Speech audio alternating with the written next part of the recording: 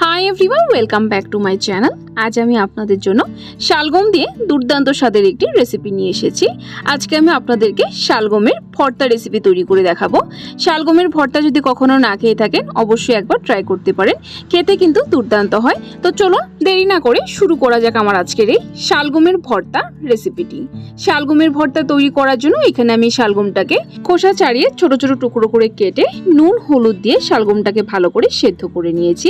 এখন শালগমটাকে ম্যাশ করে নিতে হবে, যেহেতু ভর্তা অবশ্যই ম্যাশ করতে হবে। আমি এখানে ম্যাশার দিয়ে ম্যাশ করছি, আপনারা চাইলে হাত দিয়েও ম্যাশ করে নিতে পারেন বা স্পুনের সাহায্যেও ম্যাশ করে নিতে পারেন। দেখুন শালগমটাকে ভালো করে ম্যাশ করে নিয়েছি। একটু বড় বড় টুকরো থাকলে কোনো অসুবিধা নেই, জাস্ট একটু ম্যাশ করে নিলেই হবে। তো দেখুন বন্ধুরা, শালগমটাকে আমি ভালো করে ম্যাশ করে নিয়েছি। তো চলুন এখন রান্নাটা শুরু করা যাক। শালগমের ভর্তা তৈরি করার জন্য এখানে আমি একটা প্যান বসিয়ে দিয়েছি। এর মধ্যে দিয়ে দিলাম 1 টেবিলস্পুন পরিমাণ সরষের তেল। যে কোনো ভর্তা কিন্তু সরষের তেল দিয়ে খেতে ভালো হয়, অবশ্যই সরষের তেলই ইউজ করবেন। তেলটা গরম হয়ে গেলে এর মধ্যে ফোড়নে দিব 1 টিস্পুন পরিমাণ গোটা জিরে, তারপর দিব কুচিয়ে নেওয়া কাঁচা লঙ্কা। ঝালটা এখানে নিজেদের স্বাদ অনুযায়ী দেবেন। আর দিয়ে দিব 1 ইঞ্চের মতো আদা কুচিয়ে। আদাটাকেও আমি কুচিয়ে নিয়েছি, আপনারা চাইলে পেস্টও ইউজ করতে পারেন। আদা আর কাঁচা লঙ্কাটাকে ভালো করে একটু লালচে করে ভেজে নেব। তো দেখুন বন্ধুরা, আদা আর কাঁচা লঙ্কাটাকে ভেজে নেওয়া হয়ে গেছে। এখন এর মধ্যে দিয়ে দিব টমেটো। একটা বড় সাইজের লাল টমেটো এইভাবে ছোট ছোট টুকরো করে কেটে নিয়েছি। টমেটো যাতে খুব তাড়াতাড়ি গলে যায় এর জন্য এর মধ্যে অ্যাড করে দিলাম 1/2 টিস্পুন পরিমাণ নুন। নুনটাকে দিয়ে ভালো করে নেড়ে চেড়ে ঢাকা দিয়ে দিব। টমেটোটাকে ভালো করে গলিয়ে নেব। মিডিয়াম ফ্লেমে 2 মিনিটের জন্য ঢাকা দিয়ে রেখে দেব। 2 মিনিট হয়ে গেছে। 2 মিনিট পর ঢাকনাটা তুলে দিয়ে ভালো করে নেড়ে চেড়ে নিচ্ছি। দেখুন টমেটোটা কিন্তু সুন্দর গলে গেছে। এখন এর মধ্যে কিছু গুঁড়ো মশলা অ্যাড করব। এখানে দিয়ে দিলাম 1/2 টিস্পুন পরিমাণ হলুদ গুঁড়ো, 1/2 টিস্পুন পরিমাণ লাল লঙ্কা গুঁড়ো, 1/2 টিস্পুন পরিমাণ ধনে গুঁড়ো, আর দিয়ে দিলাম 1/2 টিস্পুন পরিমাণ জিরে গুঁড়ো। এখন মশলাটার মধ্যে অল্প একটু জল দিয়ে দিব। জলের পরিমাণটা অল্পই দিবেন। জলটাকে দিয়ে ভালো করে নেড়ে চেড়ে গুঁড়ো মশলাটাকে ভালো করে মিক্স করে নেব। তারপর এর মধ্যে অ্যাড করে দেব কড়াইশুঁটি। এখানে আমি ফ্রেশ কড়াইশুঁটি দিয়ে দিলাম 1/2 কাপ পরিমাণ।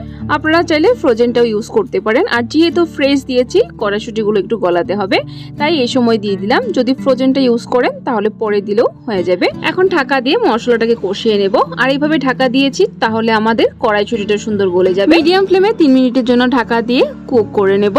ফিরে আসি 3 মিনিট পর। সো বন্ধুরা, 3 মিনিট হয়ে গেছে। 3 মিনিট পর আমি ঢাকনাটা তুলে দিয়েছি। দেখুন মশলার থেকে তেল একদম বেরিয়ে এসে গেছে, একদম কষানো হয়ে গেছে। আর কড়াইশুঁটিটাও কিন্তু সুন্দর গলে গেছে। এখন একবার ভালো করে নেড়ে চেড়ে মিক্স করে নিয়ে তারপর এর মধ্যে অ্যাড করে দেব ম্যাশ করে রাখা শালগমটা। দেখুন শালগমটা আমি দিয়ে দিয়েছি। এখন ভালো করে মশলার সাথে মিক্স করে নেব শালগমটাকে এইভাবে নাড়তে নাড়তে শালগমের যে বড় বড় টুকরোগুলো আছে সেগুলোকেও ম্যাশ করতে থাকবে। গ্যাসের ফ্লেমটা মিডিয়ামে রেখে শালগমটাকে এইভাবে অনবরত নেড়ে চেড়ে 3 থেকে 4 মিনিট সময় ভালো করে কুক করে নিতে হবে, বা যতক্ষণ না শালগমের জল জল ভাবটা চলে যাচ্ছে ততক্ষণ অবধি শালগমটাকে কুক করতে হবে। এই সময় এর মধ্যে অ্যাড করে দিলাম 1 টিস্পুন পরিমাণ চিনি। ভর্তাতে একটু চিনি দিলে খেতে ভালো হয়।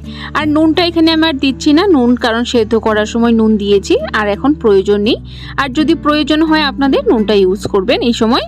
সো দেখুন বন্ধুরা, ভর্তাটা কিন্তু আমার প্রায় তৈরি হয়ে গেছে। এখন এর মধ্যে অ্যাড করে দিলাম ধনেপাতা কুচি। ধনেপাতা কুচিটাকে দিয়ে ভালো করে নেড়ে চেড়ে মিক্স করে নেব। যখনই দেখবেন ভর্তাটা ভাজা ভাজা হয়ে তেল বেরিয়ে এসে গেছে তখনই বুঝতে পারবেন ভর্তাটা একদম পারফেক্টলি তৈরি হয়ে গেছে। সো বন্ধুরা, ভর্তা তৈরি হয়ে গেছে। এখন একটা আলাদা প্লেটে সার্ভ করে নেব। এই ভর্তা গরম গরম ভাত, রুটি, পরোটা সবকিছুর সাথে খেতে দুর্দান্ত হয়। অবশ্যই একবার এইভাবে ট্রাই করে দেখতে পারেন। আশা করছি আপনাদের পরিবারের সকলে খুবই পছন্দ হবে। সো বন্ধুরা, রেসিপিটি কেমন লাগলো অবশ্যই কমেন্ট বক্সে কমেন্ট করে জানাবেন। আর যদি ভালো লেগে থাকে তাহলে একটা লাইক দিয়ে দিবেন। আরও এরকম নিত্য নতুন রেসিপির আপডেট পাওয়ার জন্য চ্যানেলটাকে সাবস্ক্রাইব করে দিবেন। সাবস্ক্রাইব করে পাশে থাকা বেল আইকনটা ক্লিক করে অল করে দিবেন, তাহলে আমার চ্যানেলে যখনই কোনো নতুন রেসিপি আসবে নোটিফিকেশন আপনাদের কাছে পৌঁছে যাবে। ভিডিওটি সম্পূর্ণ দেখার জন্য অসংখ্য ধন্যবাদ। ভালো থাকবেন, সুস্থ থাকবেন।